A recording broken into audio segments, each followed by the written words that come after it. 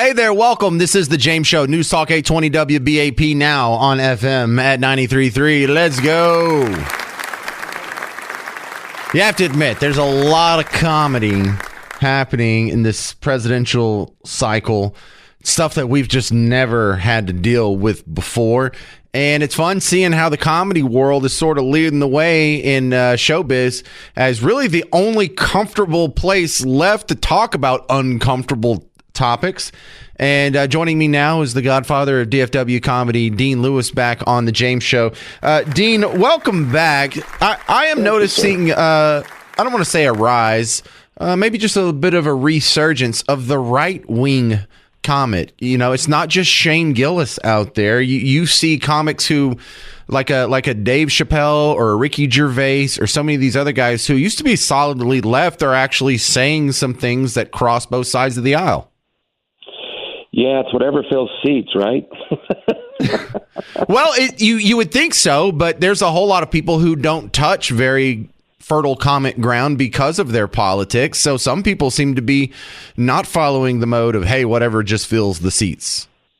Yeah, that's very true. You know, I just always say stay away from politics because you lose half the audience. But if you're at that, like Dave Chappelle, if you're at that level, you can get people to come out. So but my question for you is, do you think that'll have any say on whether people vote or not or how they vote?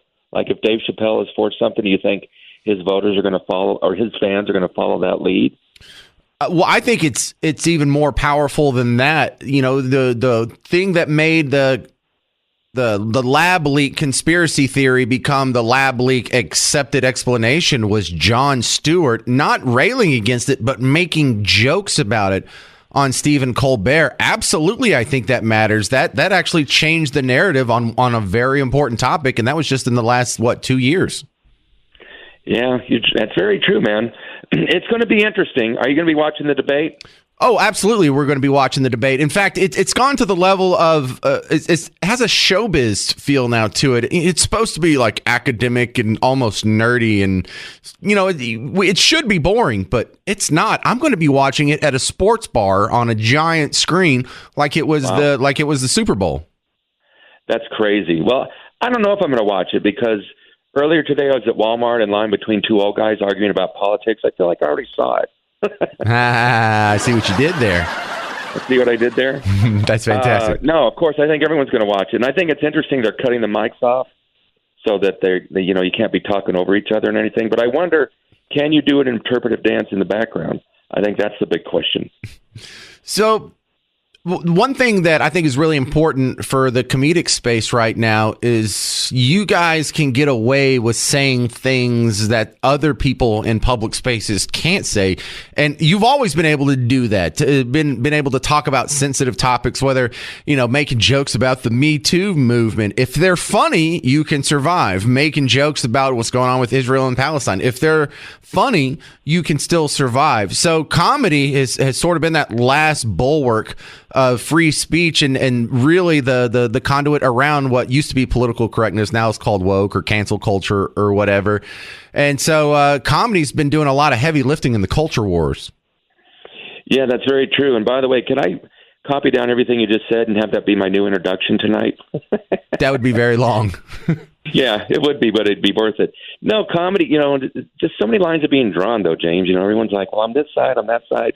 It's a very interesting time we live in, man. What would be for you the big takeaway from the debate? Like, what would you like to see? Would you like to see, be it funnier or more informative? Like, what do you think it should be? I think the debate is going to be absolutely forgotten 5 seconds after it happens, unless Biden has some sort of weird freeze or stutter, or how he does that sort of reboot thing. Well, he'll just pause for about 6 seconds. If as long as he can get through that, this will be forgotten quite quickly.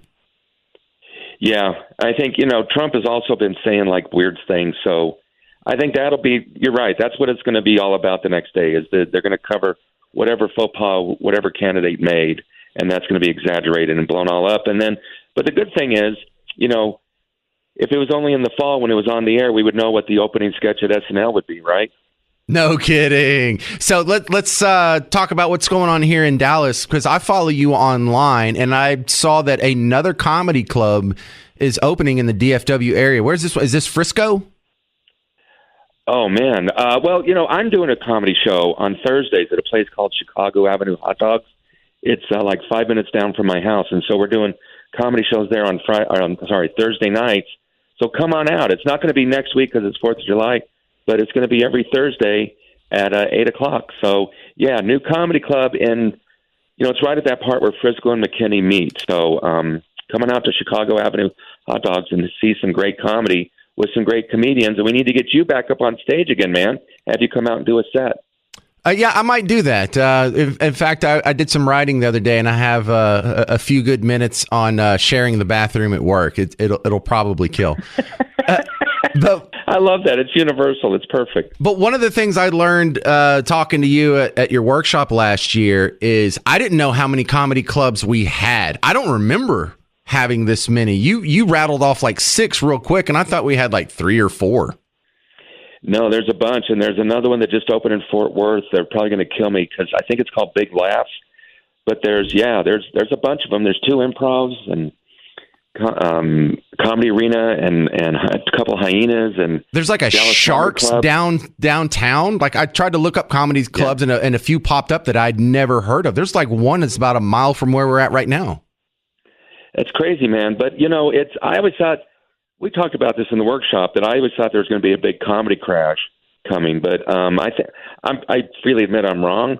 There may soon be more comedy clubs than Starbucks, James. You don't know. Oh, we're not going to get that far. But is this the most amount of comedy clubs that we had? Because you talked about you've been in the scene here in Dallas since the 80s and how there used to be a lot of comedy clubs, and then it sort of waned a little bit, and it seems to be in a resurgence. But have we ever had this many comedy clubs before?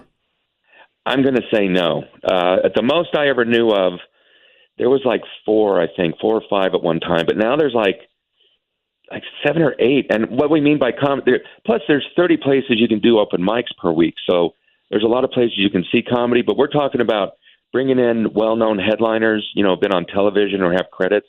There's about 8 clubs now. So there's a lot, but DFW, what's the population? 8 million? So yeah, something like that. Well, we also see a lot of these places that do something else the other 6 days a week. They'll give one night to the comedy scene. Yeah, and then the rest and then it's a country and western bar, and then they do karaoke, and yeah, it's all that kind of stuff. But there's a ton out there. It's great though. A lot of work for everybody. Well, look, I recommend people at least take a look at some of these classes. If you don't take Dean's, do something, because I have to sit through too many meetings where someone has the floor and they're just dry and they're just boring. And then I have to sit in meetings where someone puts a little effort into it and they put in a little humor, a little storytelling, a little comedy. And I find I love those people. And I have a feeling that if you can really sharpen your skills at public speaking, then you're more likely to get a promotion. You're more likely to get the job at the job interview. You're more likely to get the sale in a sales pitch. I think it's not even necessarily comedy should be your first goal at these workshops. It's just being a more entertaining speaker. That's what we teach. That's what I teach. And, it's about performance. And so, that's the first thing we talk about are performance techniques. And then we kind of drill those for all the classes and get you ready. So, yeah, I'll just say this. Anyone's interested, Dean at DeanLewisComedy.com, DeanLewisComedy.com, Dean at DeanLewisComedy.com. Shoot me an email. I'll tell you about upcoming classes and get you in there, whether you want to do comedy or a speaker or sales. It's going to benefit all those things. Yeah, and I feel that there's quite a few people who have that on sort of their bucket list. You know what I'd like to do? I'd just like to get up and do like a 5-minute stand-up. And that's one of the things you get to do at the end of the workshop. That's what the whole thing is setting up for, is for you to get up there, do 5 minutes, and not be terrible. Yeah, exactly. And I mean, and you got to do it. You were great. I was good. I was good. I need some more. Thank you very, very much, Dean Lewis. What was your email again? It's Dean at DeanLewisComedy.com. All right. So you don't have to go to Dean, but if you are looking to take one of those workshops, I took his. It's great. But really, just all of your coworkers would appreciate it if you could get a little more fluent and maybe funny in your public speaking. 800-288-9227, 800-288-WBAP. I'm James Parker. It's The James Show. News Talk 820 WBAP, now on FM at 93.3.